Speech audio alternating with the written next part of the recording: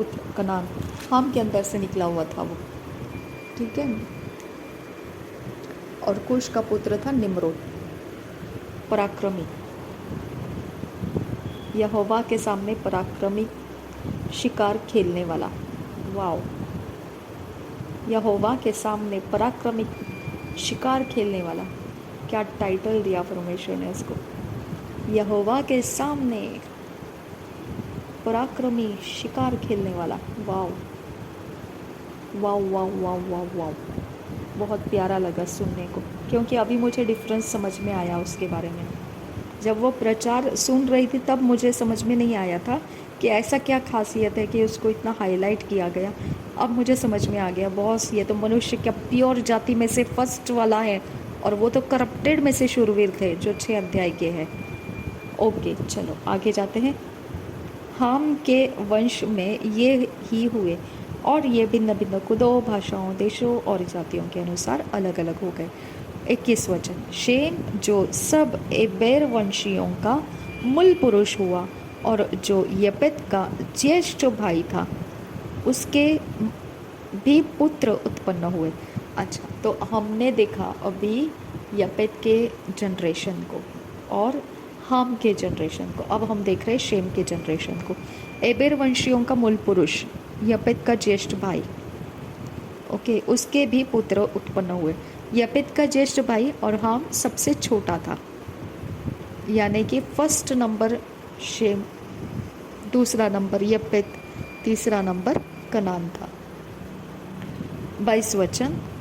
Shem के पुत्र एलाम, अशूर, Arphaxad, लूद और अराम हुए। अराम के पुत्र उस, हुल, गेतेर और मश हुए। और अर्पक्षद ने शेलह को और शेलह ने एबेर को जन्म दिया। और एबेर के 2 पुत्र उत्पन्न हुए। एक का नाम पेलेग इस कारण रखा गया कि उसके दिनों में पृथ्वी बंट गई, और उसके भाई का नाम योक्तान था। और योक्तान ने अलमोदाद, शलेप, हसरमावेत, यरह, यदोरवाम, उज्जाल, दिक्ला, ओबाल, अबमयाल, अबीमायल, शबा, ओपीर, हवीला और योबाब को जन्म दिया। यहाँ पर हवीला आ गया। ये ही सब योक्तान के पुत्र थे हुए। इनके रहने का स्थान मेशा से लेकर सपारा, जो पूर्व में एक पहाड़ है, उसके मार्ग तक हुआ। शेम के पुत्र ये ही हुए, और ये भिन्न भिन्न कुलों, भाषाओं, देशों और जातियों के अनुसार अलग अलग हो गए। नूह के पुत्रों के घराने यही है, और उनकी जातियों के अनुसार उनकी वंशावली ये ही है। और जल प्रलय के पश्चात पृथ्वी भर की जातियां इन्हीं में से होकर बंट गई है। तो यहाँ पे अब उनका रहन सहन एक कॉमन सेंस के अनुसार होने लगा।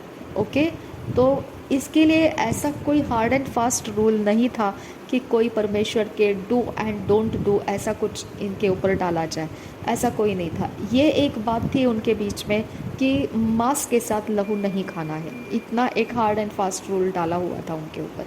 बाकी वो अपने माइंड को जो जचता है वैसा जीने के लिए फ्रीडम था उनको।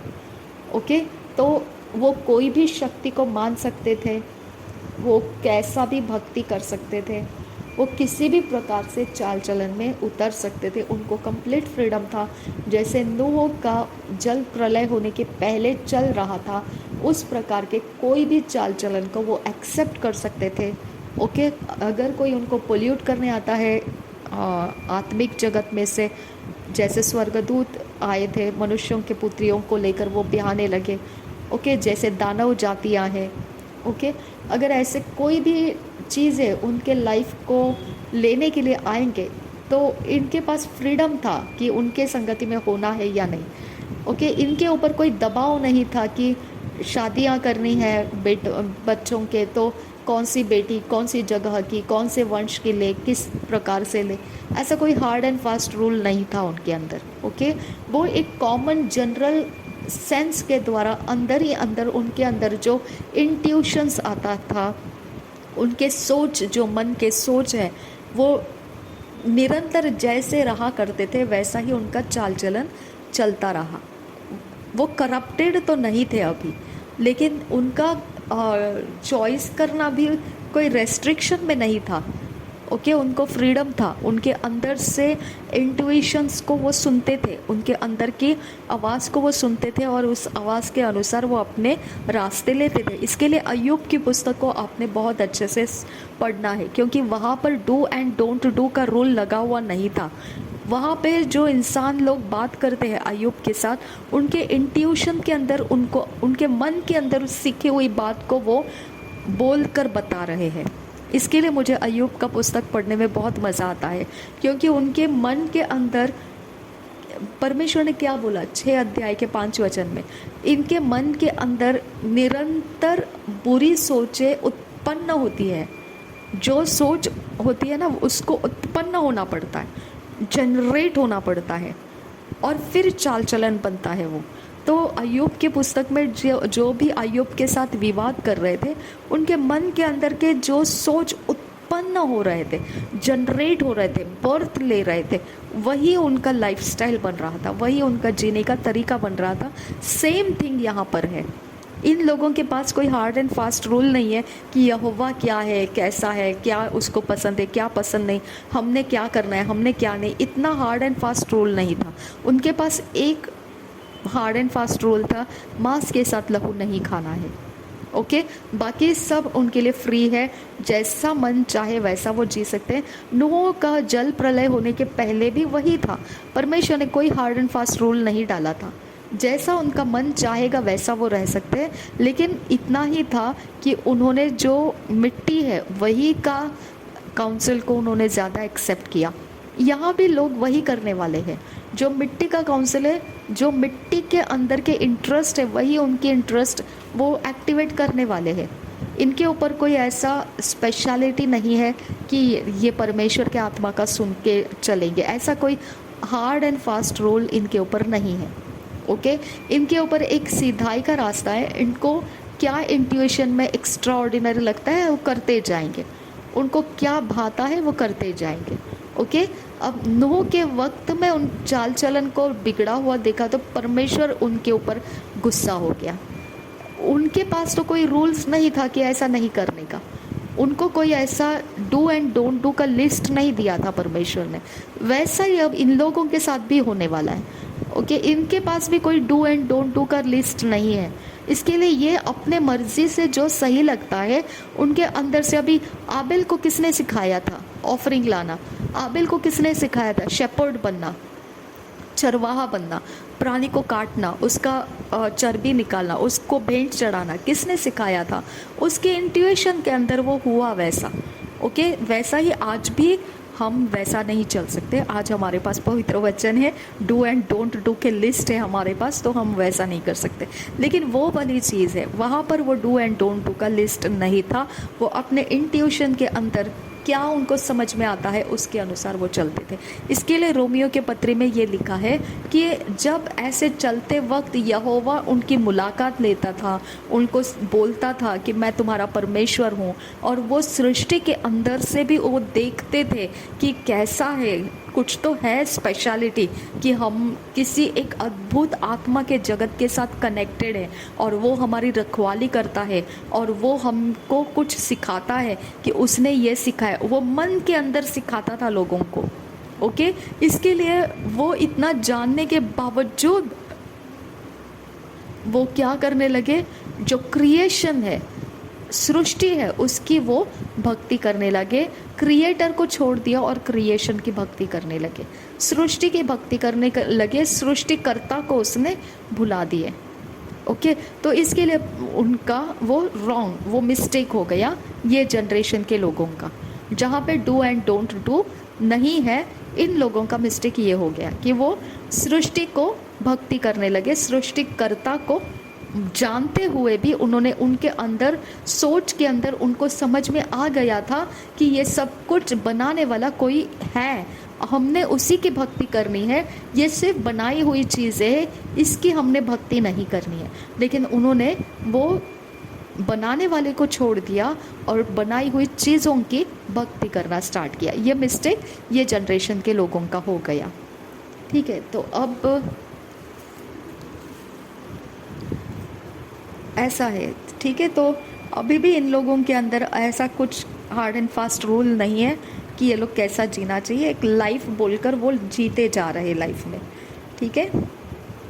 और एबेर के 2 पुत्र उत्पन्न हुए, एक का 22 वचन देखेंगे।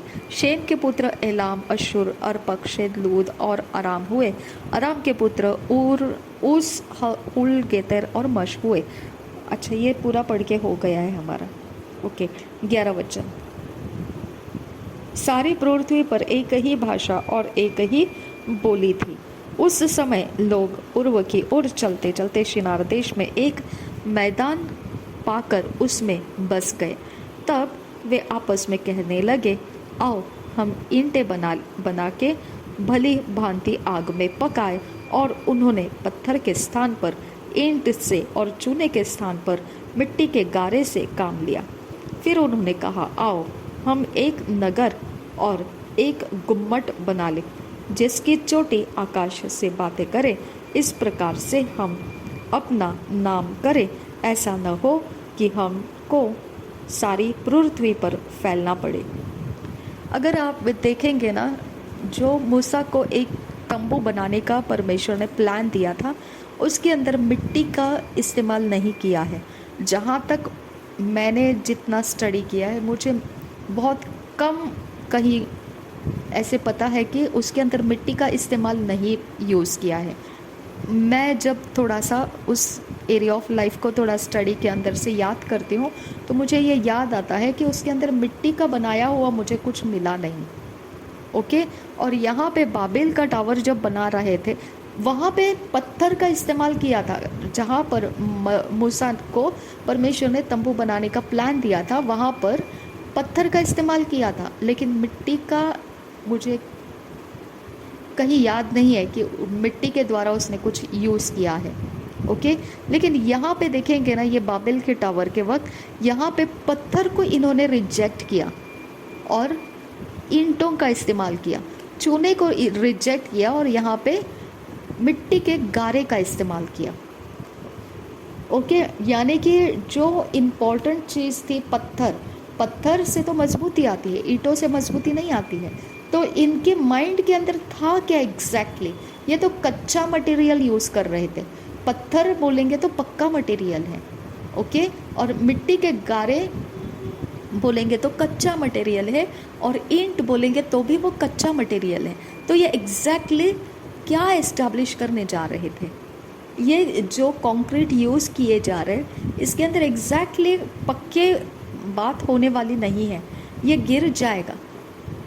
ओके, लेकिन इनके माइंड के अंदर ये जो कंक्रीट बन सकता है, जो फाइनल स्ट्रेंथ दे सकता है, वो चीज़ें तो इन्होंने लिया ही नहीं। पत्थर एक स्ट्रॉन्ग पॉइंट था इनके लिए, उन्होंने यूज़ नहीं किया। और चूने के बारे में तो मुझे नहीं पता है, लेकिन मिट्टी तो ढीली होती है, वो ऐसे जम के बैठती नहीं है। कुछ बंधना है, कुछ बांधना है तो जम के बैठती नहीं है, उसको गीलेपन लग जाएगा तो वो ढीली हो जाती है। तो ये ढीली चीज़ें इन्होंने इस्तेमाल के लिए लिया और बांधने तो जा रहे बड़ा टावर। ओके, तो ये कंस्ट्रक्शन का मटेरियल कच्चा था। सबसे पहली बात मुझे ये पता चलता है, जो स्ट्रॉन्ग मटेरियल है ये लोगों ने उसको रिजेक्ट किया। अब इनके मन की मानी है ये, ओके, इनके ऊपर कोई दबाव नहीं है। मैंने बताया कोई हार्ड एंड फास्ट रूल नहीं है उनको कि ये करना है ये नहीं करना है, ऐसा कुछ भी नहीं है इनके पास। ओके, ये अपने अंदर की आवाज़ को सुने, उसके अनुसार उन्होंने कुछ करने की सोची, उसके अनुसार लोग इकट्ठे आ गए और वो करना शुरू करते वक्त उन्होंने मटेरियल का चॉइस इस तरह से किया जिसके अंदर देखा जाएगा तो कच्चापन है, पक्कापन नहीं है। ओके, फिर उन्होंने कहा, आओ हम एक नगर और एक गुम्मट बना ले, जिसकी चोटी आकाश से बातें करे। इस प्रकार से हम अपना नाम करें, ऐसा न हो कि हमको सारी पृथ्वी पर फैलना पड़े। अब यहाँ पे एक चीज़ याद रखिए, पहले हमको ऑफरिंग आबिल की वजह से समझ में आ गया। ओके, होम बलि नूह की वजह से समझ में आ गया। वेदी नूह ने बनाया था, भेंट आबिल ने और काइन ने लाया था। मनुष्य के पुत्र, यहोवा ने मुझे मनुष्य के पुत्र दिए, हव्वा ने तारीफ करके बताया। शेत के बेटे ने परमेश्वर का पुकारना शुरू किया। ओके, शेत के बेटे के द्वारा परमेश्वर को पुकारना शुरू हो गया। ओके, और अब यहाँ पे हमको एक एक्स्ट्रा ऑर्डिनरी समझ में आता है। यहाँ पे क्या समझ में आता है? आकाश से बातें करने वाला।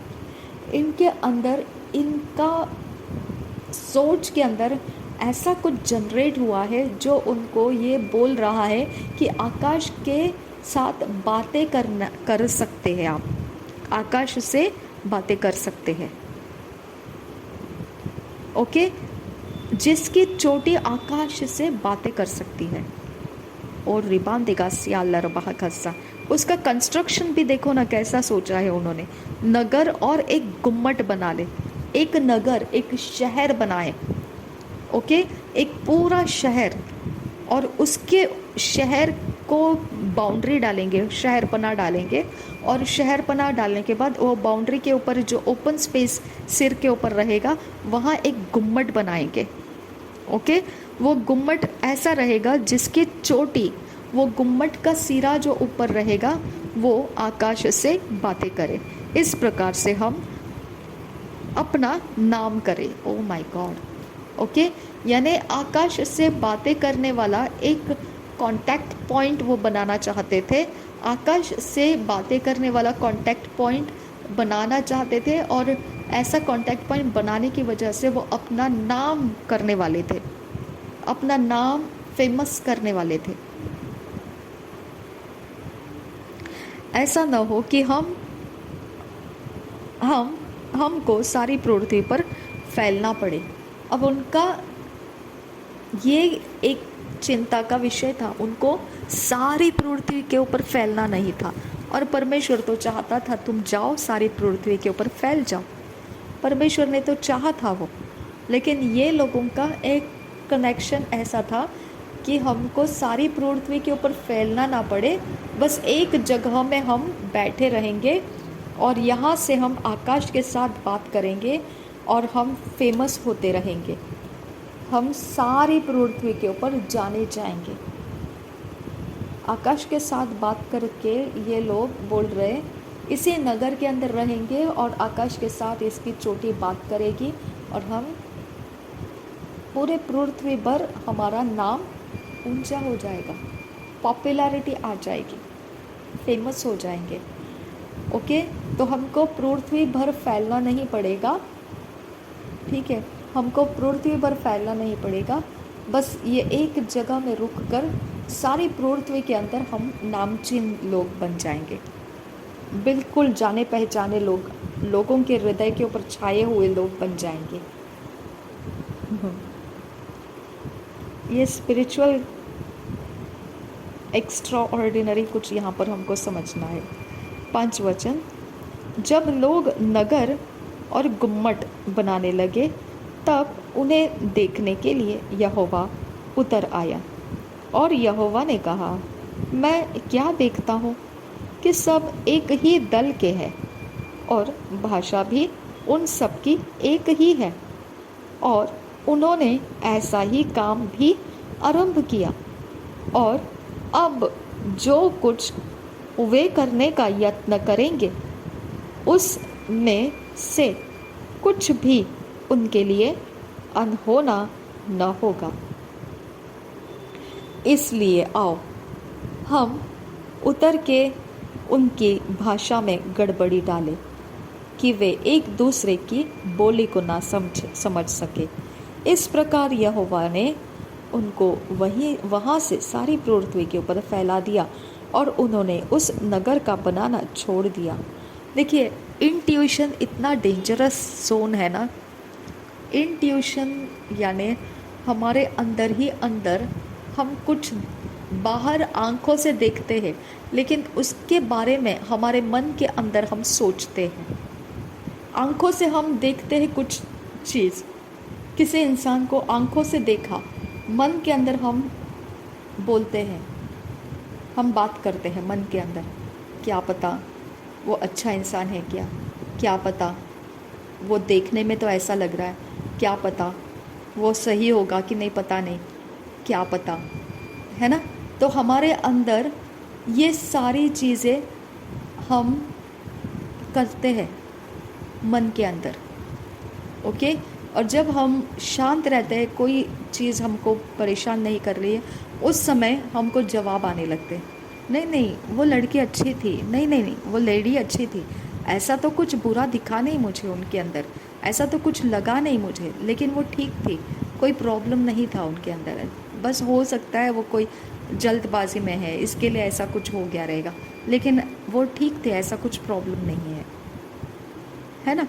तो इस तरह से हम बाद में आराम से जब रहते हैं तब हमारे अंदर से ये बातचीत शुरू हो जाती है। तो हम मन के अंदर एक दुनिया है ओके।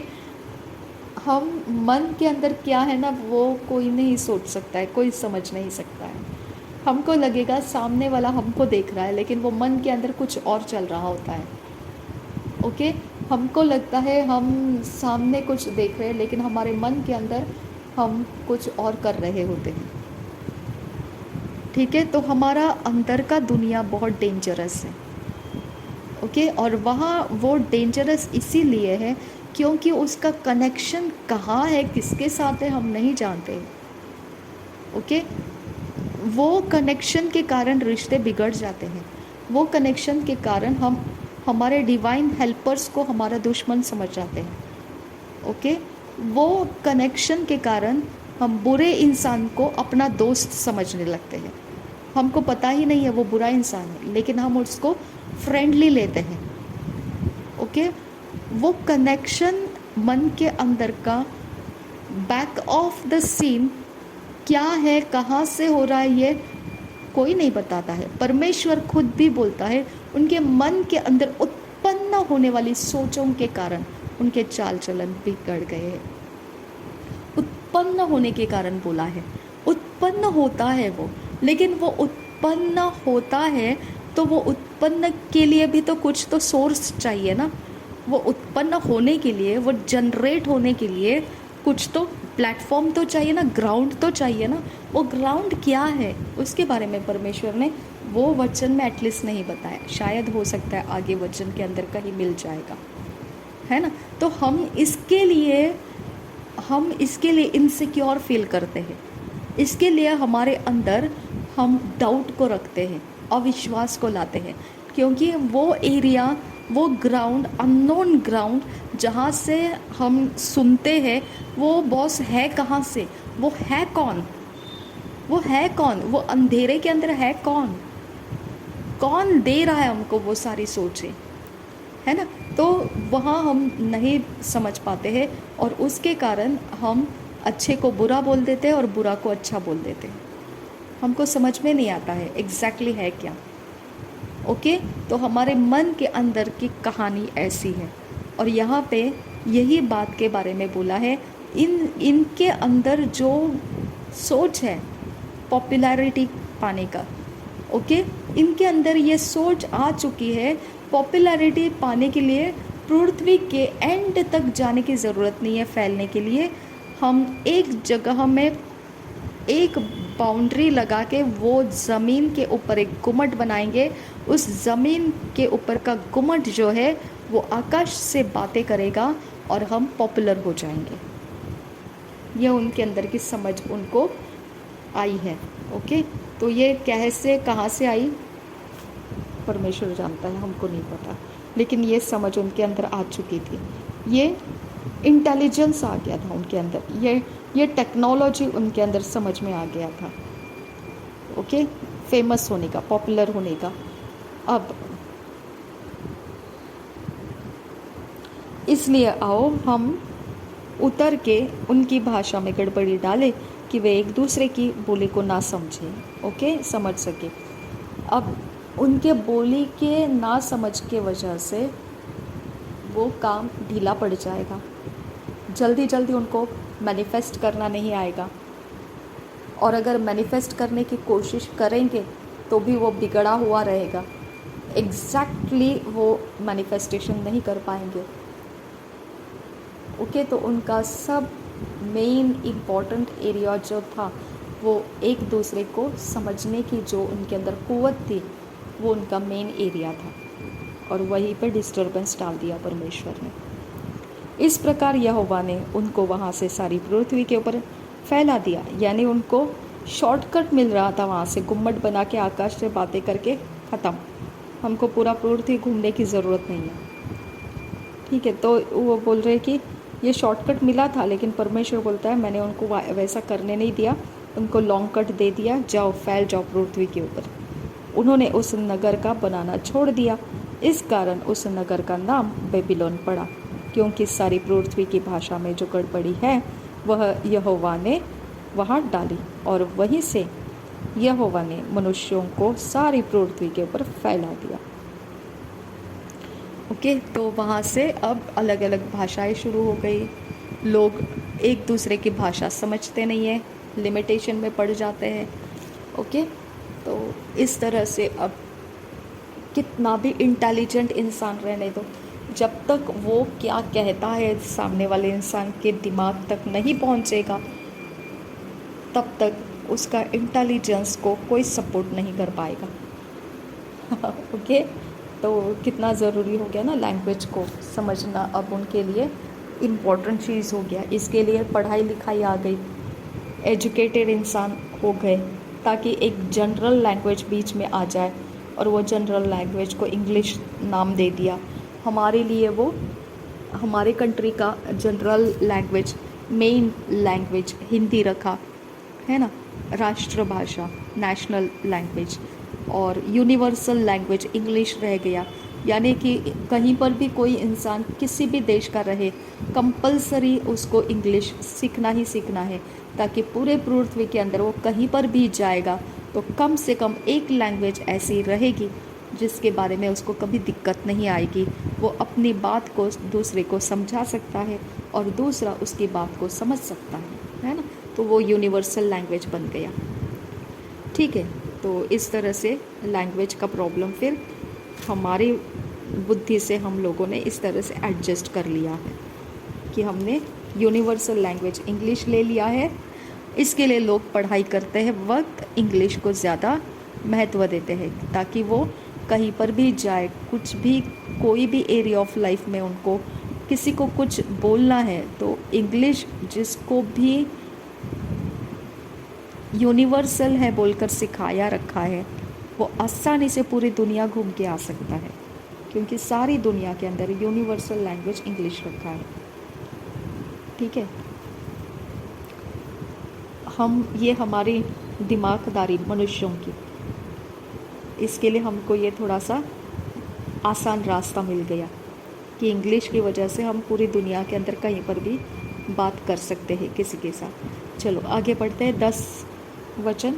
शेम की वंशावली यह है। जल प्रलय के 2 वर्ष पश्चात जब शेम 100 वर्ष का हुआ, तब उससे अर्पक्षद का जन्म हुआ, और अर्पक्षद के जन्म के पश्चात शेम 500 वर्ष जीवित रहा, और उसके और भी बेटे बेटियां उत्पन्न हुए। जब अर्पक्षद 35 वर्ष का हुआ, तब उससे शेलह का जन्म हुआ, और शेलह के जन्म के पश्चात अर्पक्षद 403 वर्ष और जीवित रहा, और उसके और भी बेटे बेटियां उत्पन्न हुई। तो ये शेम की वंशावली से बात कर रहा है परमेश्वर। ओके, शेम के समय का बात कर रहा है। शेम के समय का बात कहाँ शुरू हो गया पता है आपको? 10 अध्याय के 21 वचन से शेम का बात शुरू हो गया था। उसके सारे वंशावली को बताया था, और वहाँ से फिर सारी पृथ्वी पर एक ही भाषा और एक ही बोली थी। उस समय लोग पूर्व की ओर चलते चलते शिनार देश में एक मैदान पाकर उसमें बस गए। तब वे आपस में कहने लगे। तो ये सारे लोग जो शेम हाम यापेत का जनरेशन जो है, अलग अलग कॉर्नर्स ऑफ द लैंड में, वो पृथ्वी के अलग अलग भागों में जो अलग अलग जातियों के साथ उनके अन्य जातियों के बीच में, ओके, जो अनाकवंशी है, जो जायंट्स दानव लोग हैं, उनके साथ संगति में भी वहाँ रह चुके हैं। ओके, जो मनुष्यों के पुत्रियों के साथ जो जिनका संबंध हो के वो बच्चे तैयार हो गए स्वर्गदूतों के द्वारा, जो शूरवीर कहलाते हैं, ऐसे प्रकार के जातियों के बीच में भी वो रह चुके। ओके, तो अलग अलग जातियों के साथ वो वहाँ पर मनुष्य जाति होकर रहे। ओके, वो शेम हाम यापेत मनुष्य जाति होकर रहे। अन्य जातियाँ मतलब वो भी मनुष्य जाति है, लेकिन वो नहीं जो सीधे आदम और हव्वा से आई हुई जनरेशन है, वैसी जाति नहीं। सिर्फ आदम और हव्वा से आई हुई जाति जो है वो नूह ही था, और नूह की वाइफ और नूह के बहुएं और नूह के बेटे, बस वही ओरिजिनल मनुष्य जाति है। बाकी अन्य जाति है, यानी उनका देखने में तो वो मनुष्य के समान है, लेकिन वो आए कैसे हैं, अलग अलग टाइप से उनका जन्म पृथ्वी पर हुआ है। ओके, तो उनको अन्य जाति कहा गया है। उनका कल्चर अलग है, उनका रहन सहन अलग है, उनके सारे बिलीफ सिस्टम अलग है। ओके, तो इस तरह से उनके सारी चीज़ों के बीच में ये लोग भी चले गए। शेम हाम यापेत अपने अपने लिए जगह बनाकर वहाँ पर रहने लगे। अब शेम के बारे में ये इतनी बातें हो चुकी थी। अब 11 अध्याय के 10 वचन से दोबारा शेम की वंशावली की बात हो रही है। ओके, तो ये प्रकार से शेम का बात हो गया 12 वचन तक। 14 वचन से आगे देखेंगे 13 वचन तक। 14 वचन से आगे देखेंगे, जब शेलह 30 वर्ष का हुआ तब उसके द्वारा एबेर का जन्म हुआ, और एबेर के जन्म के पश्चात शेलह 403 वर्ष और जीवित रहा, और उसके और भी बेटे और बेटियां उत्पन्न हुई। जब एबेर 34 वर्ष का हुआ, अब यहाँ पे ना एक स्पेशल वर्ड यूज़ किया 21 वचन में, उत्पत्ति के 10 अध्याय के 21 वचन में, शेम जो सब एबर वंशियों का मूल पुरुष हुआ। ये याद रखना है, परमेश्वर ने एक स्पेशल हाईलाइट किया उसको, एबर वंशियों का मूल पुरुष था शेम। ओके, तो 16 वचन, जब एबेर 34 वर्ष का हुआ तब उसके द्वारा पेलेग का जन्म हुआ, और पेलेग के जन्म के पश्चात एबेर 430 वर्ष और जीवित रहा, और उसके और भी बेटे बेटियां उत्पन्न हुई। जब पेलेग 30 वर्ष का हुआ तब उसके द्वारा रू का जन्म हुआ, और रू के जन्म के पश्चात पेलेग 209 वर्ष और जीवित रहा, और उसके और भी बेटे बेटियां उत्पन्न हुई। जब रू 32 वर्ष का हुआ तब उसके द्वारा स्वरूप का जन्म हुआ, और सरूग के जन्म के पश्चात रू 207 वर्ष और जीवित रहा, और उसके और भी बेटे बेटियां उत्पन्न हुई। जब सरूग 30 वर्ष का हुआ तब उसके द्वारा नाहोर का जन्म हुआ, और नाहोर के जन्म के पश्चात सरूग 200 वर्ष और जीवित रहा, और उसके और भी बेटे बेटियां उत्पन्न हुई। जब नाहोर 29 वर्ष का हुआ तब उसके द्वारा 13 का जन्म हुआ, और 13 के जन्म के पश्चात नाहोर 119 वर्ष और जीवित रहा, और उसके और भी बेटे बेटियां उत्पन्न हुई। जब तक 13 70 वर्ष का हुआ तब तक उसके द्वारा अब्राम और नाहोर और हरान उत्पन्न हुए। ओके, तो अब्राम जो है वो शेम के वंश का है। ओके, और शेम का वंश का खासियत ये है कि वो एबर वंशी है, एबर वंशी का मूल पुरुष है। ओके, तो रीत अकम्बरोहुल रहा खसियांदु कम्बरोहुल रहा सा अदनकिन ब अखसे ही कबना हलर बहु कुसियांदुरा। ओके, तो ये एबर वंशी है। ओके, शेम जो है वो एबर वंशियों का मूल पुरुष है। एबर वंशियों का मूल पुरुष जो शेम है उसके जनरेशन का लाइन में से अगर देखा जाएगा तो अब्राम का जन्म हुआ। ओके, अब्राम और नाहोर और हारान उत्पन्न हुए 13 के द्वारा। ओके, तो अब्राम का भाई नाहोर और हारान थे। ठीक है, तो 27 वचन, 13 की वंशावली यह है, 13 से अब्राम, नाहोर और हारान का जन्म हुआ और हारान से लूत का जन्म हुआ। यानी लूत और अब्राम चाचा भतीजा थे। हारान अपने पिता के सामने ही कसदियों के उर नामक नगर में, जो उसकी जन्मभूमि थी, मर गया। अब्राम और नाहोर दोनों ने विवाह किया। अब्राम की पत्नी का नाम सारई और नाहोर की पत्नी का नाम मिल्का था। यह उस हारान की बेटी थी जो मिल्का और यस्का दोनों का पिता था। सारई तो बांझ थी, उसके संतान न हुई। एक बार ध्यान से देखिए इनके बीच में क्या चल रहा है। 27 वचन, 13 की वंशावली यह है, 13 से अब्राम, नाहोर और हारान का जन्म हुआ और हारान से लूत का जन्म हुआ। हारान अपने पिता के सामने ही कसदियों के उर नामक नगर में, जो उसकी जन्मभूमि थी, मर गया। ओके, कसदियों के उर नामक नगर में। तो ये कसदी कौन थे? कसदी किसका वंश है, बाद में देखेंगे। हमको ये पता चलना चाहिए ये कसदी किसका वंश है। ओके, तो ये चल्दियों के, कसदियों के, चाल्डीज मतलब कसदियों के बारे में लिखा है ना यहाँ पर कि हारान वहाँ पर ही डेथ हो गया हारान का। ओके, 27 वचन को यहाँ 28 वचन में लिखा है, हारान अपने पिता के सामने ही कसदियों के उर नामक नगर में, जो उसकी जन्मभूमि थी, मर गया। ओके, कसदियों के उर नामक नगर में, पिता के सामने, कसदियों के उर नामक नगर में, जो उसके जन्मभूमि थी। यानी कि उर नामक नगर है, कसदियों का नगर है वो। कसदी एक प्रकार की जाति है, क्योंकि यहाँ पे ना एक्चुअली शेम, हाम, यापित के सारी जातियों के बारे में लिखा है और बाकी सारे जातियों को ऐसा लिखा है ना कि वो दानव थे और वो शूरवीर थे और ऐसा लिखा है। लेकिन शेम, हाम, यापित के बारे में एग्जैक्ट नाम दिया है और साथ में जो अलग अलग जातियाँ थी उसके लिए अन्य जातियाँ ऐसा दिया है। ओके, तो ये कसदी उन्हीं में से है जिसके बारे में शेम, हाम, यापित का कोई कनेक्शन नहीं है। कसदियों के बीच में शेम, हाम, यापित का कोई कनेक्शन नहीं है, ऐसा दिखता है। आगे जाकर देखेंगे, ठीक है। जो उसकी जन्मभूमि थी, मर गया। अब्राम और नाहोर दोनों ने विवाह किया। अब्राम की पत्नी का नाम सारई और नाहोर की पत्नी का नाम मिल्का था। तो हारान ऑलरेडी चला गया। ओके, हारान का एक बेटा था और बेटी थी।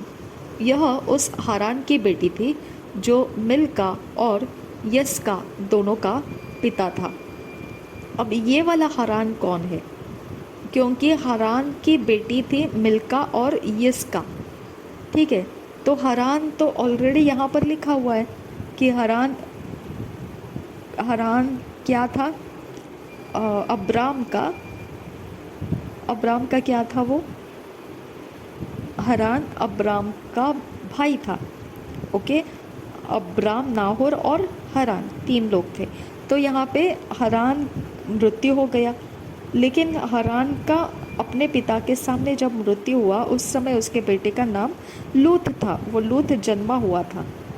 और अब अब्राम और नाहोर दोनों ने जब विवाह किया तो इन दोनों पत्नियों के बीच में अब्राम की पत्नी जो थी वो सारई थी। नाहोर की जो पत्नी थी, यहाँ पे हारान का नाम दिया है, हारान की बेटी थी। तो मिल्का और यस्का हारान के बेटियों का नाम था। तो इन 2 बेटियों में से मिल्का जो थी वो नाहोर की पत्नी बनी। लेकिन ये हारान कौन है? क्या ये हारान वही है जो 13 का पुत्र, अब्राम का भाई?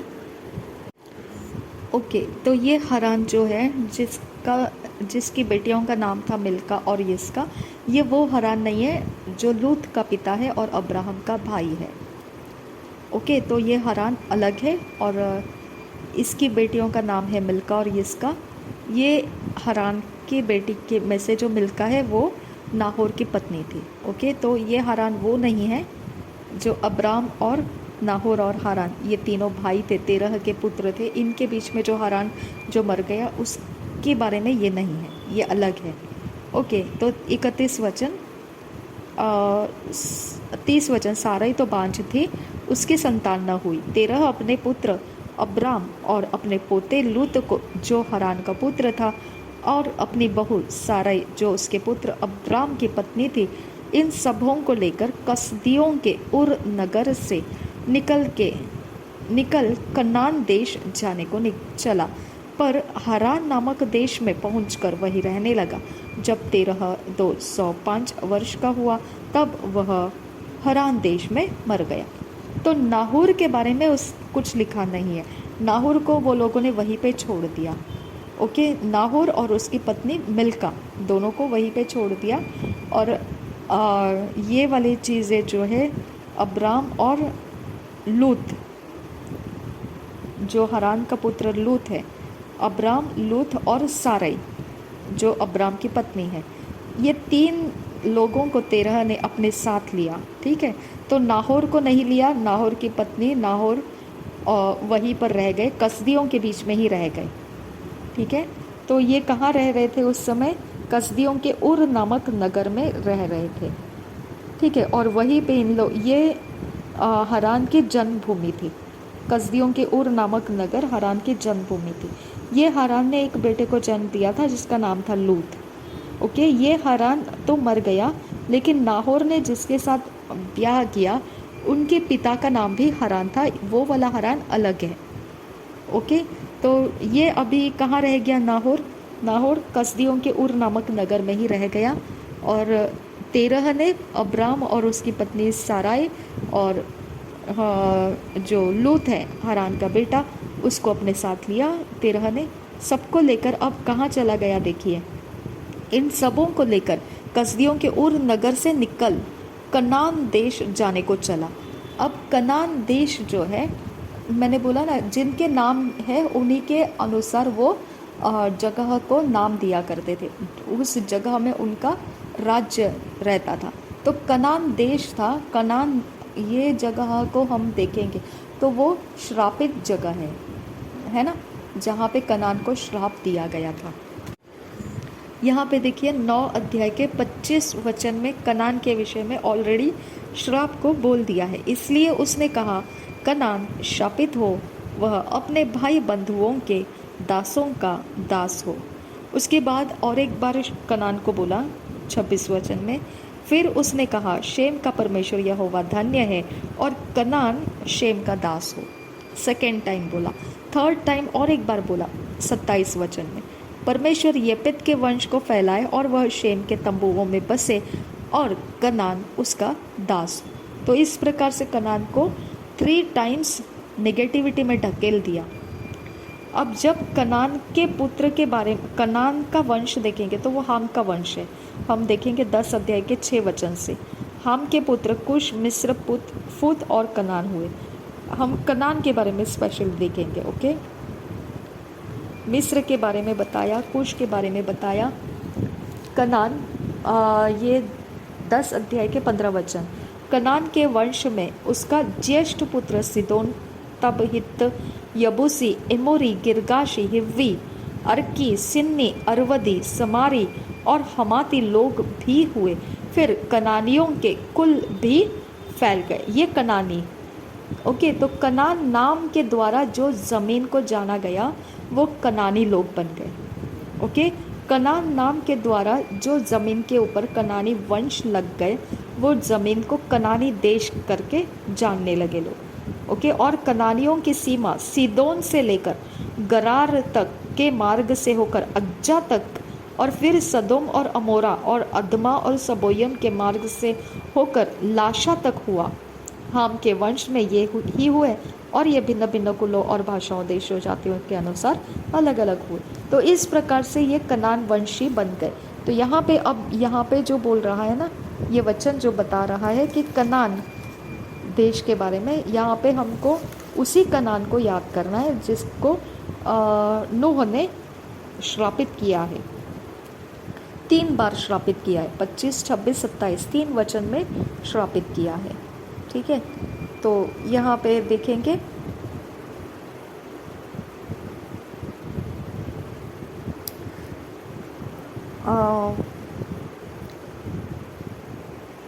11 अध्याय का 31 वचन। 13 अपने पुत्र अब्राम और अपने पोते लूत जो हरान का पुत्र था और अपनी बहू साराई जो उसके पुत्र अब्राम की पत्नी थी, इन सबों को लेकर कसदियों के उर नगर, ये अन्य जातियों के नाम का नगर था, ओके, उर नगर से निकल कनान देश जाने को चला।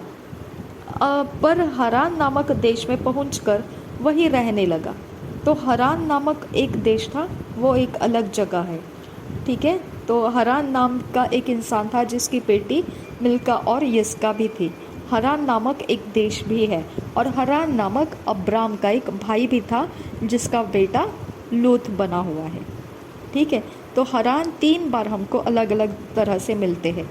हरान अब्राम का भाई था, उसका नाम भी हरान था। जब नाहोर की पत्नी मिल्का हुई तो वो भी हरान की बेटी थी, वो एक दूसरा इंसान था। और अब यहाँ पे हरान नामक एक देश भी है। तो अलग अलग, तीनों भी अलग अलग है, कोई भी एक दूसरे से कनेक्टेड नहीं है, ठीक है। तो 12 वचन में देखेंगे, अच्छा 32 वचन में, हरान नामक देश में पहुंचकर वहाँ रहने लगा। जब 205 वर्ष का हुआ तब वह हरान देश में मर गया। तो निकला कहाँ था वो? कनान जाने के लिए, ओके। अब ये लोग जो है ना, ये एबरवंशी लोग हैं। अब्राम के जनरेशन जो है वो एबरवंशी है। 13 के जनरेशन में जो अब्राम आया, ये अब्राम जो है एबरवंशी है। और एबरवंशी लोगों का मूल पिता शेम है, ठीक है। तो शेम का जनरेशन में से अब्राम पहुंचा है। अब्राम का अब शेम के बारे में नूह ने क्या बोला कि यपेत के तंबू में शेम निवास करेगा। तो जो शेम को ब्लेसिंग है वो उसके लिए ऐसा रहेगा कि यपेत के तंबू में शेम रहेगा, और शेम के दासों का नहीं, और शेम के तंबू, शेम यपेत के वंश शेम के तंबुओं में रहेंगे, ओके। 27 वचन, 9 अध्याय का 27 वचन। परमेश्वर यपेत के वंश को शेम के तंबू में रखेगा। शेम का तंबू बनने वाला है, और शेम के तंबू में यपेत आकर रहने वाला है, और कनान यपेत का दास बनने वाला है, ओके। और यहाँ 26 वचन में लिखा है कि शेम का भी वो दास बनने वाला है। कनान शेम का भी दास बनने वाला है। अब ये जो है ना शेम वंशी लोग, एबरवंशी लोग, शेम के लोग, ये अब्राम है, ओके। ये अब्राम अभी कहाँ पहुँचा है पता है? कहाँ जा रहा है पता है? 13 इनको लेकर कनान की तरफ जा रहा है। लेकिन कनान पहुँचने से पहले हरान नामक देश लगा, उसी हरान नामक देश के अंदर वो मर गया। कौन मर गया? 13 मर गया, ठीक है। तो अभी हमारे पास जो लोग बाकी है वो हरान तक ही पहुँचे हैं। शेम के जो लोग हैं वो अभी तक हराम तक ही पहुँचे हैं, हरान के अंदर से अभी तक बाहर नहीं निकले। यहाँ से अभी परमेश्वर इनसे इंटरैक्शन करना शुरू होता है, ओके। तो परमेश्वर ने किसके साथ इंटरैक्ट करना शुरू किया? जब आदम और हव्वा ने एबेल और काइन को जन्माया, तो परमेश्वर ने एबेल के सैक्रिफाइस को स्वीकार किया, और परमेश्वर ने एक्चुअली दिया था खेती करने के लिए मनुष्य को, है ना। आदम को भी बाहर कर दिया था, वाटिका के बाहर कर दिया था, बोल कर कि तू खेती करने के लिए जा भी, जिस मिट्टी में से तुझे निकाला है तुझे उसके ऊपर खेती करने के लिए जाना है। तो ये नहीं बोला था कि तू चरवाही करने जा, खेती करने के लिए मनुष्य को वो बनाने जा रहा है, ऐसा बोला था। अब यहाँ पे हो गया अलग कुछ बात, है ना। यहाँ पे वो उसने फल खा लिया, उसको वाटिका से बाहर निकाल दिया और खेती करने के लिए बोल दिया। उधर जाके उसने आबेल और काइन को जन्माया। आबेल और काइन जन्म तो लिए बराबर है, लेकिन आबेल क्या करने लगा? चरवाही करने लगा, और काइन क्या करने लगा? खेती करने लगा। तो यहाँ पे भी परमेश्वर ने किसकी तरफ से हो गया? वो आबेल की तरफ से। उसने आबेल का सैक्रिफाइस स्वीकारा, ओके। अब आबेल के बाद उसने देखा यहाँ पे नूह के वक्त में कि नूह का होम बलि उसने स्वीकारा, ओके। अब नूह के जनरेशन में से उसने शेम का तरफ लिया, ओके, उसने हाम और यपेत की तरफ नहीं गया, उसने अब्राम को सिलेक्ट किया। अब्राम शेम का, एबेर वंशी का मूल पुरुष शेम के जनरेशन का है। तो ये आ गया दोबारा। ओके, एक स्पेशल ब्लड लाइन को उसने पकड़ लिया, एक स्पेशल जनरेशन को उसने सेपरेट कर लिया। देखो यहाँ 12 अध्याय से, यहोवा ने अब्राम से कहा, अपने देश और अपने कुटुंबियों और अपने पिता के घर को छोड़कर उस देश में चला जा जो मैं तुझे दिखाऊंगा, और मैं तुझसे एक बड़ी जाति बनाऊंगा और तुझे आशीष दूंगा और तेरा नाम महान करूंगा और तू आशीष का मूल होगा।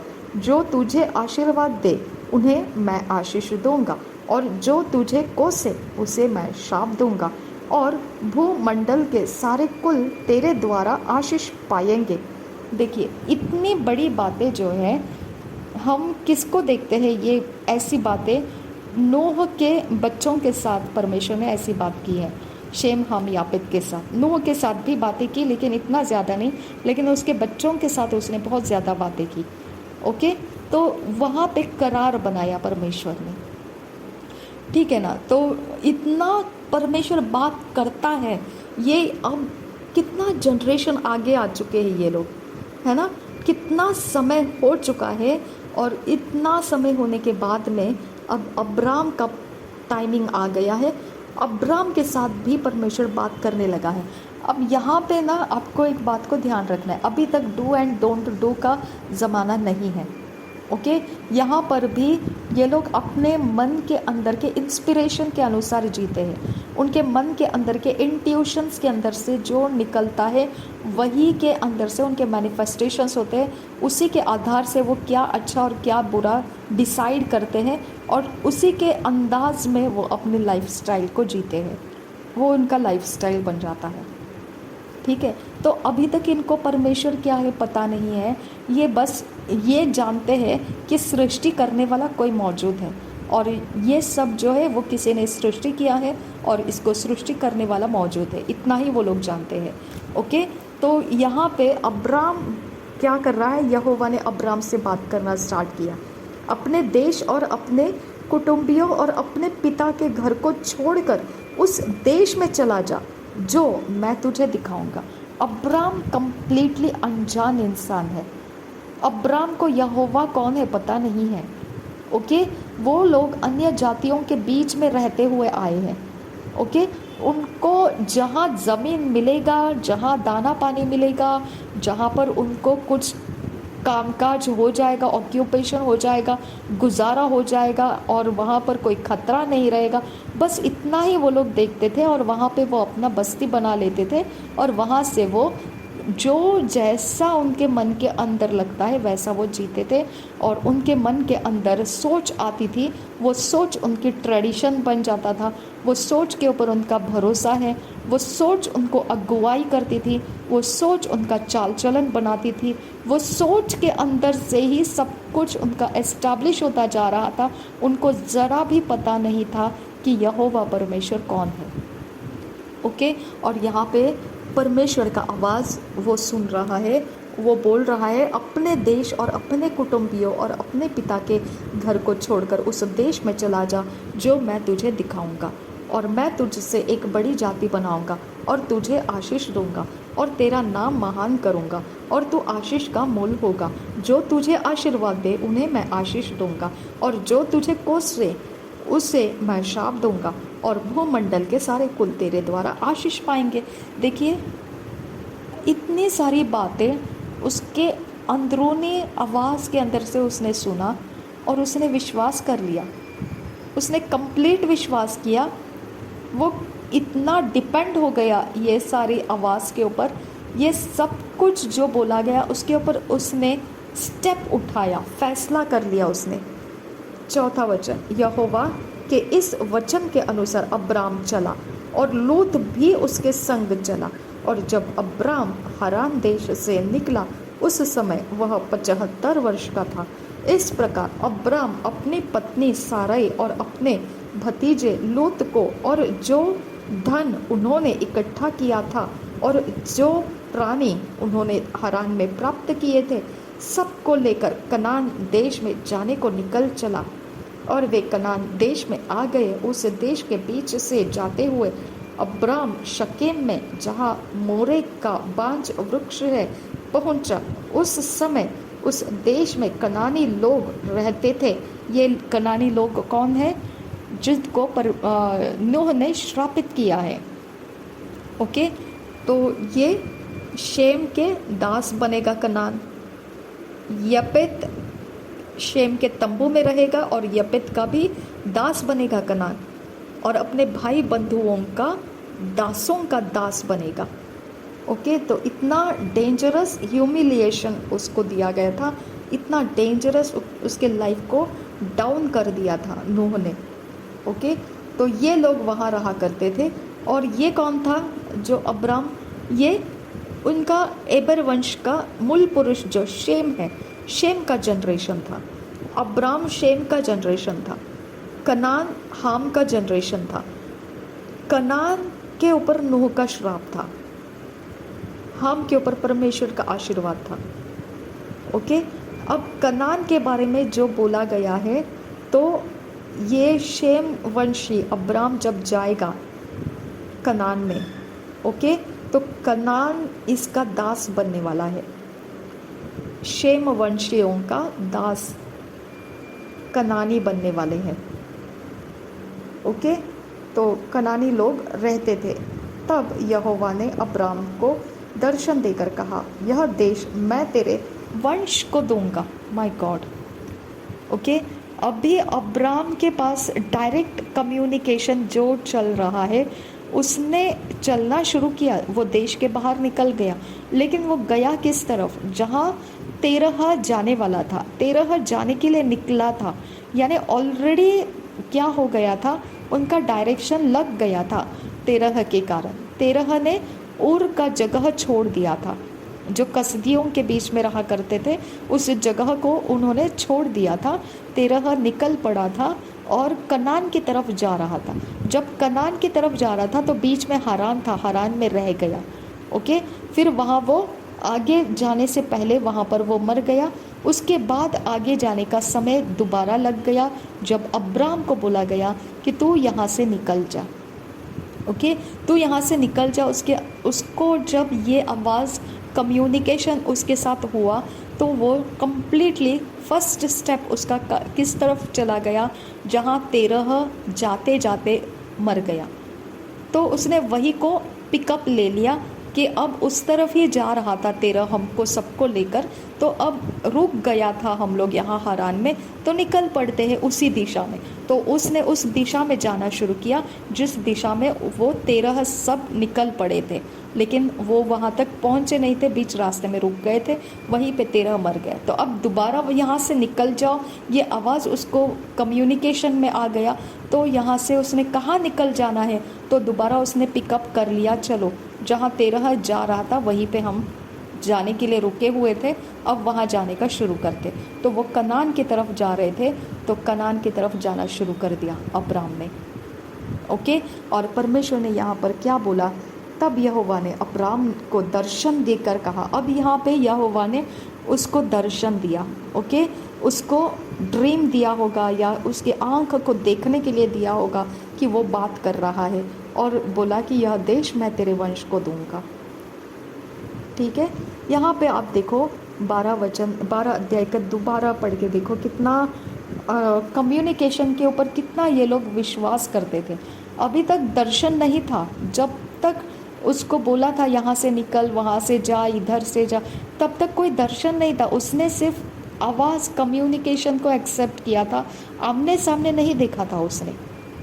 ओके, लेकिन कम्युनिकेशन के ऊपर उनका कितना विश्वास था, देखो, है ना, उनके अंदर की आवाज़ के ऊपर उनका कितना विश्वास था। ओके, वो और उनका स्पिरिचुअल सेंसेस भी फ्री था। ओके, उनके स्पिरिचुअल सेंसेस रिसीव कर पाते थे, इनविजिबल रियाम के कनेक्शंस को रिसीव कर पाते थे। वही रियाम में से उनको समझ में आता था कि क्रिएटर भी है और क्रिएशन भी है। ओके, तो वो क्रिएशन की भक्ति नहीं करना है, क्रिएटर की करना है। उनको ये भी स्पिरिचुअल रियाम के अंदर से, स्पिरिचुअल सेंसेस से मालूम पड़ता था। ओके, तो ये भी स्पिरिचुअल सेंसेस है, आत्मिक इंद्रिय है, जो इनके द्वारा अब्राहम ने ये बातों को सुना। ओके, क्या सुना देखो, यहोवा ने पर अब्राहम से कहा, अपने देश और अपने कुटुंबियों और अपने पिता के घर को छोड़कर उस देश में चला जा जो मैं तुझे दिखाऊंगा, और मैं तुझसे एक बड़ी जाति बनाऊंगा और तुझे आशीष दूंगा और तेरा नाम महान करूंगा और तू आशीष का मूल होगा।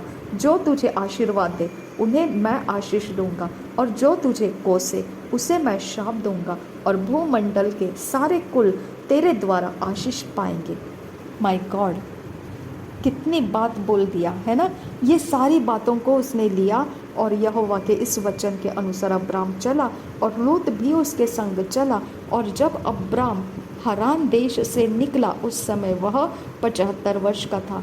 इस प्रकार अब्राम अपनी पत्नी सारै और अपने भतीजे लूत को और जो धन उन्होंने इकट्ठा किया था और जो प्राणी उन्होंने हरान में प्राप्त किए थे सबको लेकर कनान देश में जाने को निकल चला, और वे कनान देश में आ गए। उस देश के बीच से जाते हुए अब्राम शकेम में, जहाँ मोरे का बांज वृक्ष है, पहुंचा। उस समय उस देश में कनानी लोग रहते थे। तब यहोवा ने अब्राम को दर्शन देकर कहा, यह देश मैं तेरे वंश को दूंगा। उस देश के बीच से जाते समय, कौन से देश के? कनान देश के। कनान देश के बीच में से जाते हुए अब्राम शकेम में, तो कनान देश के बीच में शकेम है, ओके, जहाँ मोरे का बांज वृक्ष है, तो वहाँ पहुँचा, शकेम में पहुँचा। उस समय शकेम के अंदर कनानी लोग रहते थे। कनानी लोग वही लोग हैं जो हाम का जनरेशन है, जिसको नूह ने कर्स किया है, श्राप दिया है। तब यहोवा ने अब्राम को दर्शन देकर कहा। अब अब्राम सिर्फ कम्युनिकेशन के ऊपर डिपेंड नहीं था, अब उसने अपनी दृष्टि में से भी स्पिरिचुअल रियाम के अंदर कोई है और उससे बात कर रहा है, ये बात को उसने देखा। यह देश मैं तेरे वंश को दूंगा। अब तो आमने सामने वो बात कर रहा है, दर्शन से बात कर रहा है, ओके, उसको दिखाया जा रहा है कि ये देश मैं तुझे दूंगा। उसने वहाँ यहोवा के लिए, जिसने उसे दर्शन दिया था, एक वेदी बनाई। अब ये वेदी अब्राम ने यहोवा को जानते हुए बनाया। नूह ने भी वेदी बनाया था, उसके ऊपर होम बलि चढ़ाया था, लेकिन उसके बाद वेदी का कहीं लिखा हुआ नहीं मिला था। यहाँ अब्राम के द्वारा देखने को मिलता है। फिर वहाँ से आगे बढ़कर वह उस पहाड़ पर आया जो बेतेल के पूर्व की ओर है, और अपना तंबू उस स्थान में खड़ा किया जिसके पश्चिम को और तो बेतेल और पूर्व की ओर आई है। पश्चिम की ओर तो बेतेल और पूर्व की ओर आई है, ओके। तो तंबू उस स्थान में खड़ा किया, यानी कि उसने जो बेतेल के पूर्व की ओर है बढ़कर वह पहाड़ पर आया। तो ये पहाड़ कोई नाम से नहीं था, ओके, ये खाली मैदान पड़ा हुआ था, पहाड़ था। और पहाड़ जो था, उस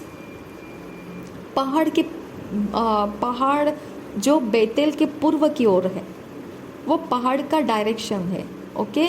तो पहाड़ जो बेतेल के पूर्व की ओर है, और अपना तंबू उस स्थान में खड़ा किया जिसके, ऐसा उसने किया कि बीचों बीच रहे, ओके। आई और बेतेल दोनों डायरेक्शन के बीच में ही वो पहाड़ के ऊपर उसने तंबू खड़ा किया, ओके। और वो डायरेक्शन कौन से थे? पश्चिम की ओर बेतेल, पूर्व की ओर आई, और बीच में वो पहाड़, ओके। तो बेतेल के पूर्व की ओर था पहाड़, किधर था? बेतेल की पूर्व की ओर था। तो आप सोच सकते हैं बेतेल के पूर्व की ओर पहाड़ था, लेकिन उसने कौन सा लोकेशन देखा कि दूसरी तरफ आई रहना चाहिए, पहली तरफ बेतेल रहना चाहिए। और जब उसने तंबू को बनाया तो तंबू का जो तरफ फेसिंग था, वो फेसिंग की तरफ से पश्चिम जहाँ आता है वो बेतेल बनेगा, और पूर्व जहाँ आता है वो आई बनेगा। इन दोनों के बीच में उसने वो पहाड़ के ऊपर अपना तंबू बनाया। वहाँ भी उसने यहोवा के लिए एक वेदी बनाई और यहोवा से प्रार्थना की। और अब्राम आगे बढ़ करके दक्षिण देश की ओर चला गया। तो ये दोनों के बीच में उसने वेदी बनाया, यहोवा से प्रार्थना किया, और फिर उधर भी वो रुका नहीं, कनानियों के देश के अंदर भी वो रुका नहीं, उधर से और आगे निकल गया और आगे चला गया। उस देश में अकाल पड़ा, इसलिए अब्राम मिस्र देश को चला गया कि वहाँ परदेशी होकर रहे। अब मिस्र कौन थे? यपेत का जनरेशन नहीं, हाम का जनरेशन। ओके, मिस्र हाम का जनरेशन था। कुश, ये कुश उसके निम्रोद माइटी मैन, शूरवीर, उसके अंदर जन्म लिया था। ओके, तो वो कुश वंशी बन गए, कुश हाम का जनरेशन वहाँ पर बन गया, कनानवासी बन गए। ओके, ये सारी हाम के अंदर की, हाम के जनरेशन की बातें हैं। ओके, तो यहाँ पे हाम के जनरेशन के बारे में क्या दिया है कि हाम के जनरेशन जिस जिस दिशा में थे उन्हीं में मिस्र भी था। आपको पता है ना, हाम के पुत्र के नाम फूत, मिस्र, कुश और कनान, 4 पुत्र थे। कुश, मिस्र, फूत और कनान, 4 पुत्र थे। तो हाम का बेटा का ही नाम मिस्र था। ओके, और कनान देश में से वो अभी बाहर निकला। कौन? अब्राम बाहर निकला, बाहर आ गया। अब यहाँ से वो आगे जा रहा है, अब यहाँ से आगे जा रहा है, यहाँ से निकला वो। तो क्यों आगे जा रहा है? क्योंकि जिधर वो रह रहा था वहाँ पर क्या हो गया? अकाल पड़ गया। ओके, ये फर्स्ट टाइम नेचुरल डिज़ास्टर दिखता है, जहाँ पर पूरा बाढ़ का पानी, जल प्रलय हो चुका, उसके बाद ये फर्स्ट टाइम नेचुरल डिज़ास्टर हमको समझ में आता है कि यहाँ पर एक देश में जहाँ अब्राम था ऑलरेडी, कनान वासियों के बीच में था, तभी जाकर वहाँ पे क्या आ गया? अकाल पड़ गया। तो अकाल से बचने के लिए वो मिस्र की ओर आया। ओके, मिस्र देश को चला गया कि वहाँ परदेशी होकर रहे। अब कनान उसको परदेशी नहीं लगा। कनान के बीच में उसने पहाड़ के ऊपर अपने लिए एक तंबू बिठा लिया था, लेकिन मिस्र के देश के अंदर वो उनके अधीन जाके रहने वाला था। वो देश मिस्र लोग चला रहे थे, उसका बादशाह, मिस्र का बादशाह वहाँ का, वो देश को चलाने वाला मौजूद था। लेकिन कनान वासी जो थे, ये कनान देश को चलाने वाले जो थे, इनके बीच में जाकर वो नहीं रहा। इनके जगहों के अंदर एक जगह जो आता था, वहाँ पे एक पहाड़ जो रहता था। ओके, जो नॉर्मली जनरली कोई भी वहाँ पर बस्ती बना सकता है। ओके, ऐसी ज़मीन जो वहाँ पर पड़ी हुई थी, उस पर उसने ठिकाना पाया था। तो वो किसी देश के अधीन नहीं था, लेकिन उधर अकाल आ गया था, इसकी वजह से उसका कुछ वहाँ पर खाने पीने का बंदोबस्त नहीं हो सकता था। और उसकी इतनी बड़ी जो उसने उपज रखी है, सारे प्राणी, पशुओं को, लोगों को इकट्ठा करके रखा है। ओके, वो सब क्या हो जाते थे, वहाँ पर मर सकते थे बिना खाने पीने के। इसके लिए उसको वो जगह के ऊपर कुछ खेती बन नहीं रही थी, खाने पीने की बंदोबस्त नहीं हो रहे थे, तो वहाँ से वो निकल पड़ा। अब वहाँ से निकल पड़ा तो उसने देखा जहाँ पर ऑलरेडी लोगों के खाने पीने के बंदोबस्त है, उन्हीं के बीच में जाकर रहे। इसके लिए वो बोलता है कि मैं परदेशी होकर उनके बीच में रहूँगा, ताकि उनका जो खाना पीना है मुझे भी वो प्राप्त होगा। ओके, क्योंकि अब मुझे खाना पीना जो खेती वेती करके उपज करना चाहिए वो तो होगा नहीं, क्योंकि अकाल पड़ा है। तो मेरा अपना खुद का बस्ती तो अब बैठ नहीं सकता है, लेकिन अब जिसके पास ऑलरेडी है सब कुछ रेडीमेड, खेती वेती पके हुए हैं, चल रहा है अच्छा से, उनके बीच में जाकर मैं उन्हीं के हाथों का जो कुछ भी रहेगा, उनके कब्ज़े का जो कुछ भी रहेगा, उन्हीं के अंदर से मैं लूँगा थोड़ा थोड़ा और गुजारा करूँगा। तो वो परदेशी होकर वहाँ पर रहेगा, ऐसा लिखा है। ठीक है, क्योंकि देश में भयंकर अकाल पड़ा था। फिर ऐसा हुआ कि मिस्र के निकट पहुंचकर उसने अपनी पत्नी सारै से कहा, सुन, मुझे मालूम है कि तू एक सुंदर स्त्री है, और जब मिस्री तुझे देखेंगे तब कहेंगे यह उसकी पत्नी है, इसलिए वे मुझको तो मार डालेंगे पर तुझको जीती रख लेंगे। अतः यह कहना, मैं उसकी बहीन हूँ, जिससे तेरे कारण मेरा कल्याण हो और मेरा प्राण तेरे कारण बचे। फिर ऐसा हुआ कि जब अब्राम मिस्र में आया, तब मिस्रियों ने उसकी पत्नी को देखा कि वह अति सुंदर है, और फिरौन के हकीमों ने उसको देखकर फिरौन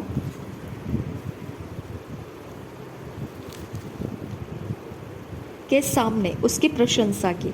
इसलिए वह स्त्री फिरौन के घर में पहुंचाई गई, और फिरौन ने उसके कारण अब्राम की भलाई की और उसको भेड़ बकरी गाय बैल दास दासियां गदहे गदहियां और ऊंट मिले।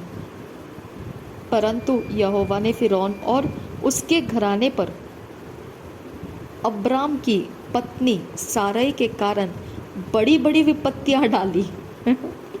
ओके, तो यहाँ पे यहोवा ने अब्राम के लिए फाइट किया। तब फिरौन ने अब्राम को बुलवा कर कहा, तूने मेरे साथ यह क्या किया? तूने मुझे क्यों नहीं बताया कि वह तेरी पत्नी है? तूने क्यों कहा कि वह तेरी बहन है? मैंने तो उसे अपनी ही पत्नी बनाने के लिए लिया, परंतु अब अपनी पत्नी को लेकर यहाँ से चला जा। और फिरौन ने अपने आदमियों को उसके विषय में आज्ञा दी, और उन्होंने उसको और उसकी पत्नी को सब संपत्ति सहित जो उसकी थी विदा कर दिया। यानी अब उसको खाने पीने की चिंता नहीं, क्योंकि सब कुछ उसको फिरौन ने दे दिया ताकि उसका गुजारा हो जाए, और वहाँ से उसके देश में से उसको बाहर निकाल दिया। अब्राम और लूत के अलग होने का वर्णन।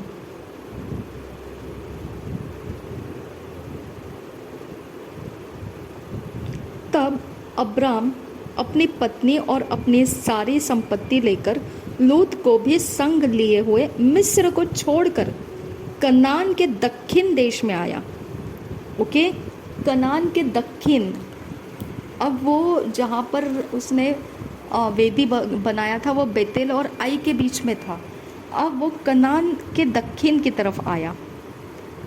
कनान के दक्षिण की ओर एक देश था। ओके, यानी वो कनान देश नहीं था, कनान के दक्षिण की ओर एक देश था, उसमें आ गया। अब्राम भेड़ बकरी गाय बैल और सोने रुपए का बड़ा धनी था। फिर वह दक्षिण देश से चलकर बेतल के पास उसी स्थान को पहुंचा जहां पहले उसने अपना तंबू खड़ा किया था, जो बेतल और आई के बीच में है। यह स्थान उस वेदी का है जिसे उसने पहली बनाई थी। और वहां अब्राम ने फिर यहोवा से प्रार्थना की। लूत के पास भी, जो अब्राम के साथ चलता था, भेड़ बकरी गाय बैल और तंबू थे, इसलिए उस देश में उन दोनों के लिए पर्याप्त स्थान न था कि वे इकट्ठे रहे। ओके, तो कनान के दक्षिण देश की ओर का जो देश था उसमें उनको पर्याप्त जगह नहीं थी। उस जगह के ऊपर अभी जितना उनका गुजारा होना चाहिए था, दोनों को बांट कर उतना हो नहीं रहा था, क्योंकि दोनों भी फलवंत होते जा रहे थे। ओके, तो इसलिए उस देश में उन दोनों के लिए पर्याप्त स्थान न था कि वे इकट्ठे रहे, क्योंकि उनके पास बहुत धन था, इसलिए वे इकट्ठे न रह सके। अब्राम और लूत की भेड़ बकरी और गाय बैल के चरवाहों में झगड़ा हुआ। उस समय कनानी और परिज्जी लोग उस देश में रहते थे।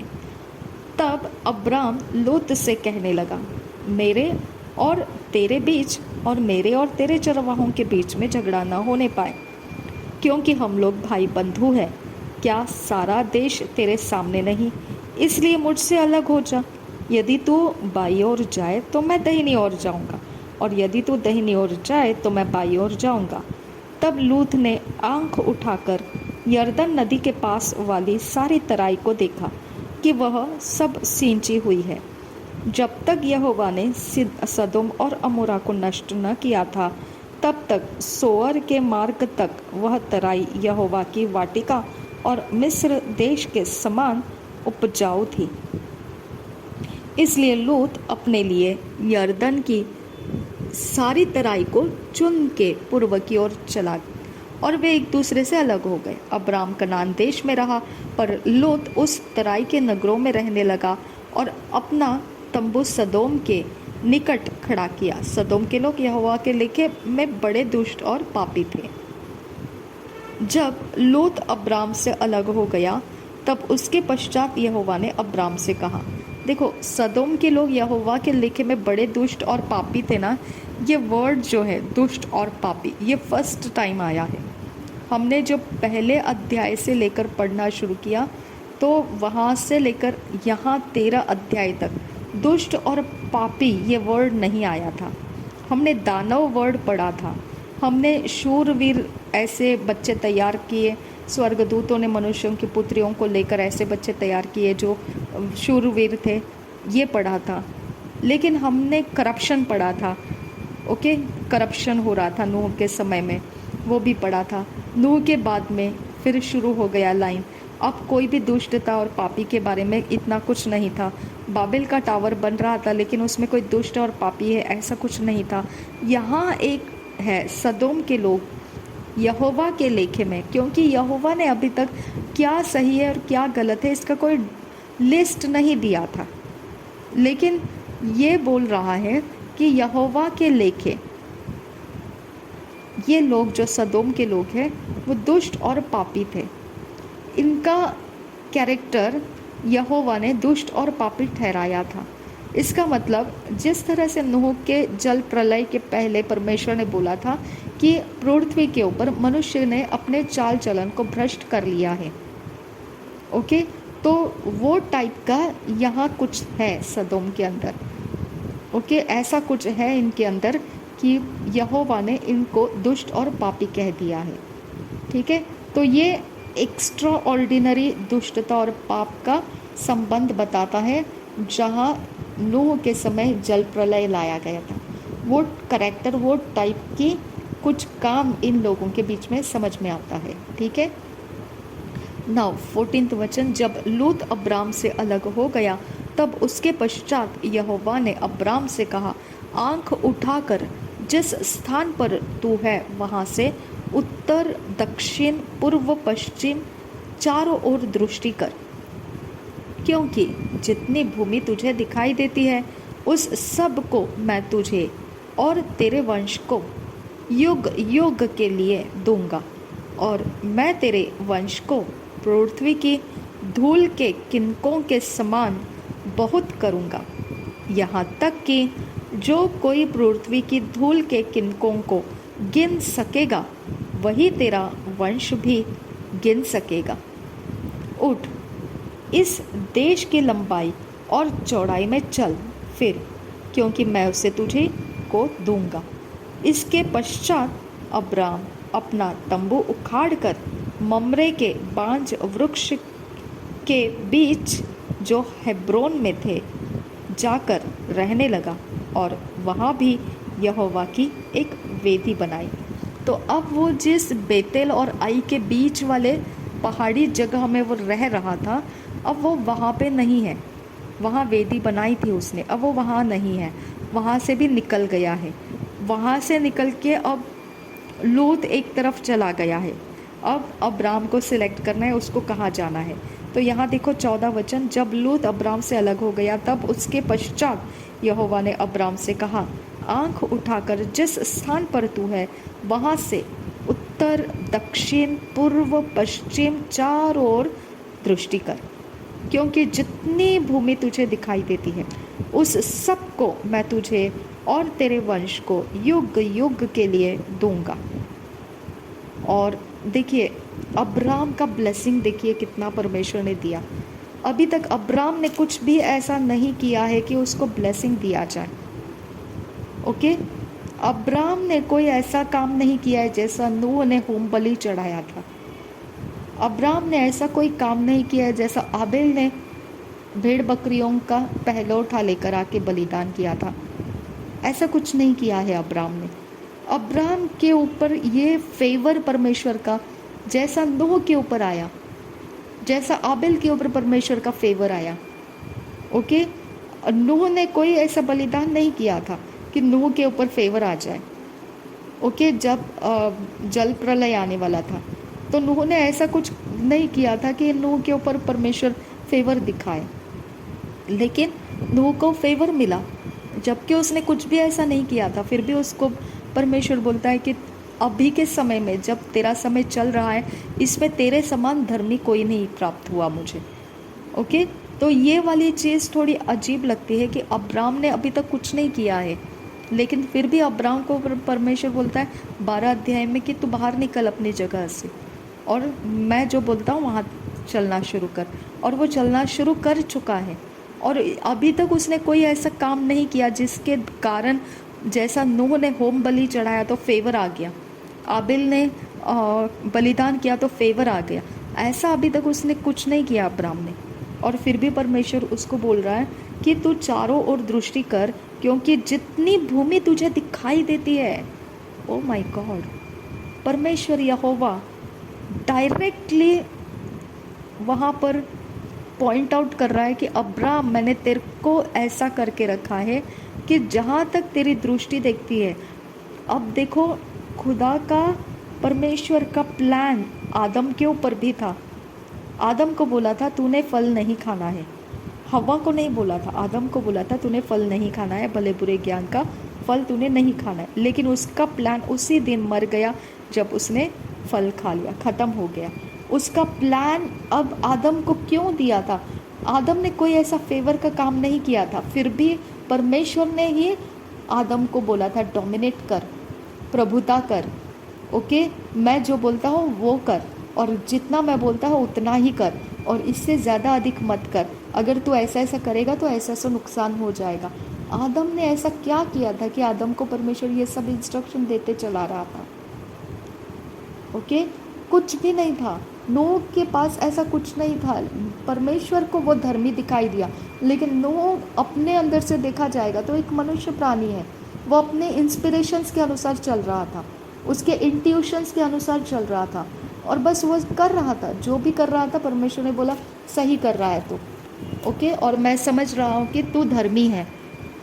हालेलुया। और यहाँ पे अब्राम को भी बोल रहा है तू क्या कर, तेरे लिए मैंने ये प्लान करके रखा है। अब्राम ने अभी तक उसको कुछ दिया नहीं है, ना ही उसके पीछे ऐसा कुछ किया है कि उसका मन जीत ले, लेकिन यहाँ पर ऐसा हो रहा है कि परमेश्वर कह रहा है क्योंकि जितनी भूमि तुझे दिखाई देती है उस सब को मैं तुझे और तेरे वंश को युग युग के लिए दूंगा, और मैं तेरे वंश को पृथ्वी की धूल के किनकों के समान बहुत करूँगा, यहाँ तक कि जो कोई पृथ्वी की धूल के किनकों को गिन सकेगा वही तेरा वंश भी गिन सकेगा। अब ये तो धूल के किनकों को कौन गिनती करे, है ना? तो कोई नहीं गिनती कर सकता है, तो अब्राम के वंश को भी कोई गिनती नहीं कर पाएगा। ओके, तो जितना होराइजन अब्राम के आंखों में दिखाई दिया, पृथ्वी का जितना छोर दिखाई दिया, वो सारी ज़मीन अब्राम को दे दी गई है।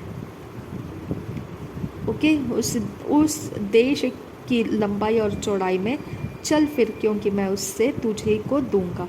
उस देश की, वो कौन सा देश था? अभी तक उसका देश डिसाइड नहीं हुआ है, क्योंकि अभी तो लूत को जो चाहिए उस दिशा में चला गया। अब अब्राम को जाना है ना? तो ये कनान देश के अंदर, कनान और कौन से लोग रहा करते थे उसके अंदर?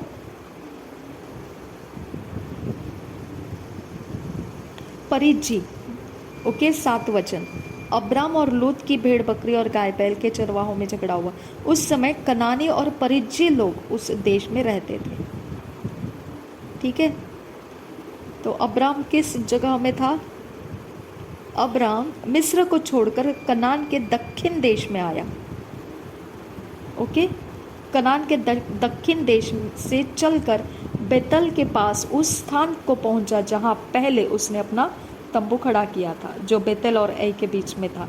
यह स्थान उस वेदिका है जिसे उसने पहले बनाई थी, और वहाँ अब्राम ने फिर यहोवा से प्रार्थना की। ओके, तो अब वो पहले वाले जगह में आ चुका था जो कनान भी नहीं था, लेकिन कनानी और परिज्जी लोग वहाँ पर रह रहे थे। ओके, जो उसने फर्स्ट टाइम वहाँ पर अपना तंबू खड़ा किया था, वो 12 अध्याय के 8 अध्याय में लिखा हुआ है। ठीक है, तो यहाँ पे था, और वहाँ से परमेश्वर ने उसको ये सब चीज़ बताया। यानी वो कनानी देश नहीं है, वो कुछ भी नहीं है, लेकिन वहाँ का ज़मीन है जो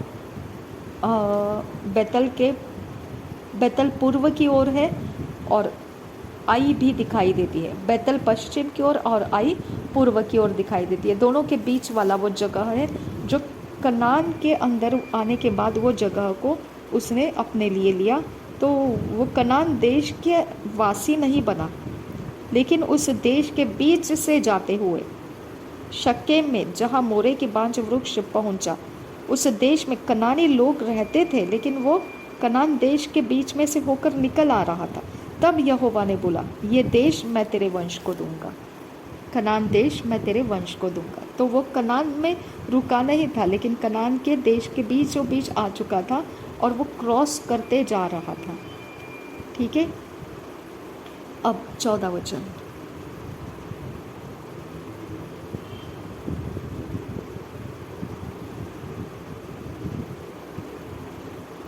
अभी वो हेब्रोन में रह रहा है,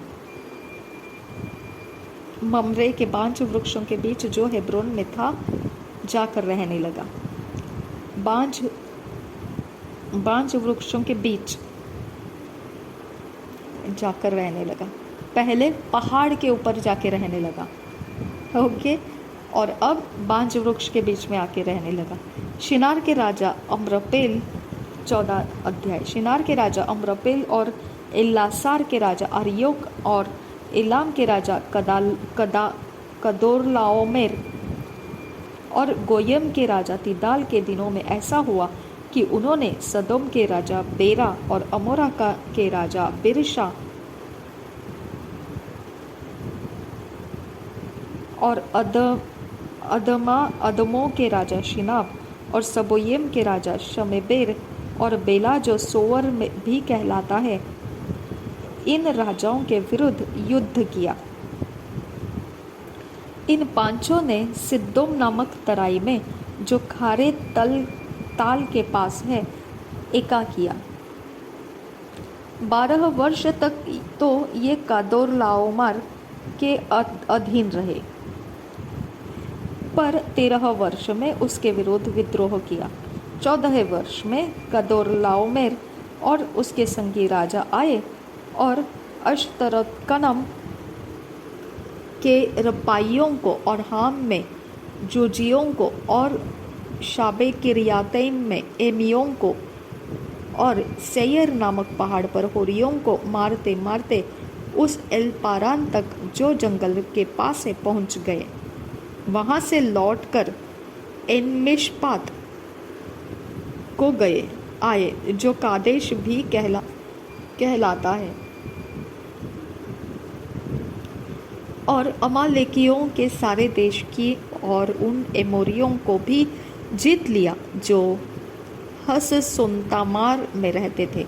तब सदोम, अमोरा, अदमा, सबोयम और बेला जो सोवर भी कहलाता है, इनके राजा निकले और सिद्दीम नामक तराई में उनके साथ युद्ध के लिए पांति बांधी। अर्थात एलाम के राजा कदोरलाओमेर, गोयम के राजा तिदाल, शिनार के राजा अम्रपेल और एल्लासार के राजा अरियोक, इन चारों के विरुद्ध उन पांचों ने पांति बांधी। सिद्दीम नामक तराई में जहाँ लसार मिट्टी के गड्ढे ही गड्ढे थे, सदोम और अमोरा के राजा भागते भागते उनमें गिर पड़े, और जो बचे वे पहाड़ पर भाग गए। तब वे सदोम और अमोरा के सारे धन और भोजन वस्तुओं को लूट लाट कर चले गए, और अब्राम का भतीजा लूत जो सदोम में रहता था उसको भी धन समेत वे लेकर चले गए। तब एक जन जो भागकर बच निकला था, उसने जाकर इब्री अब्राम को समाचार दिया अब्राम तो एमोरी ममरे जो एशकोल और अनेरे का भाई था, एमोरी ममरे जो एशकोल और आनेर का भाई था, उसके बांज वृक्षों के बीच में रहता था, और ये लोग अब्राम के संग वाचा बांधे हुए थे। यह सुनकर कि उसका भतीजा बंदी बना लिया गया है, अब्राम ने अपने 318 शिक्षित युद्ध कौशल में निपुण दासों को लेकर, जो उसके कुटुंब में उत्पन्न हुए थे, अस्त्र शस्त्र धारण करके दान तक उनका पीछा किया, और अपने दासों के अलग अलग दल बांधकर रात को उन पर चढ़ाई करके उनको मार लिया, और होबा तक जो दमिश्क के उत्तर की ओर है उनका पीछा किया, और वह सारे धन को और अपने भतीजे लूत और उसके धन को और स्त्रियों को और सब बंदियों को लौटा ले आया। जब वह कदोर्लाओमेर और उसके साथी राजाओं को जीत कर लौटा आता था, तब सदोम का राजा शावे नामक तराई में, जो राजा की तराई भी कहलाती है, उससे भेंट करने के लिए आया। तब शालेम का राजा मल्कीसिदक, जो परम प्रधान ईश्वर का याजक था, रोटी और दाख मधु ले आया, और उसने अब्राम को यह आशीर्वाद दिया, परम प्रधान ईश्वर की ओर से, जो आकाश और पृथ्वी का अधिकारी है, तू धन्य हो, और धन्य है परम प्रधान ईश्वर, जिसने तेरे द्रोहियों को तेरे वश में कर दिया है। तब अब्राम ने उसको सब वस्तुओं का दशमांश दिया। तब सदोम के राजा ने अब्राम से कहा, प्राणियों को तो मुझे दे और धन को अपने पास रख। अब्राम ने सदोम के राजा से कहा, परम प्रधान ईश्वर यहोवा, जो आकाश और पृथ्वी का अधिकारी है, उसकी मैं यह शपथ खाता हूँ कि जो कुछ तेरा है उसमें से न तो मैं एक सूत और न ज्योति का बंधन न कोई और वस्तु लूँगा, कि तू ऐसा न कहने पाए कि अब्राम मेरे ही कारण धनी हुआ। पर जो कुछ इन जवानों ने खा लिया है और उनका भाग जो मेरे साथ गए थे, अर्थात आनेर, एशकोल और ममरे, मैं नहीं लौटाऊंगा, वे तो अपना अपना भाग रख ले।